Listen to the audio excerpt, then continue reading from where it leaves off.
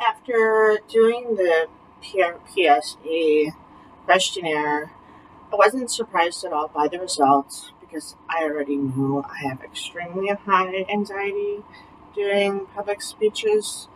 Um, it's definitely more difficult, I think, for me to record myself. I'm my own worst critic, so watching myself, talking to myself is really difficult. Um, Talking in front of people, yes, it's very uncomfortable and I get very nervous, but I can fixate on something instead of just having to stare at myself speaking. So that helps a little bit. The only other trick that I have found that is helpful is not focusing on my anxiety, not focusing on how I am feeling. It's almost like if you focus on the action at hand versus just doing the action, it makes it 10 times worse.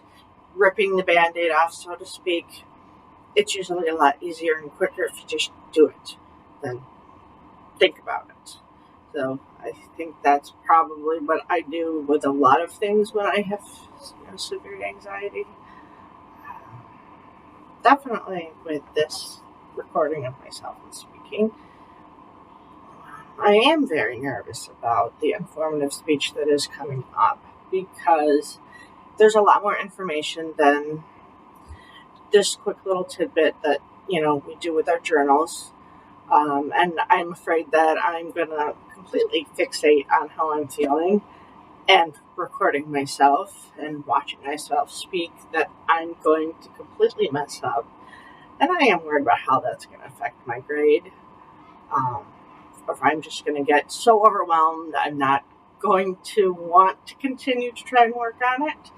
And then I'll shut down. And I really don't want that to happen. So try not to fixate too much on it right now and more of the, put it together, keep fixing it and tweaking it until it's where I want it to be, and then jumping in with both feet and not thinking about all the unnecessaries of anxiety that leads you to being stuck in your own head.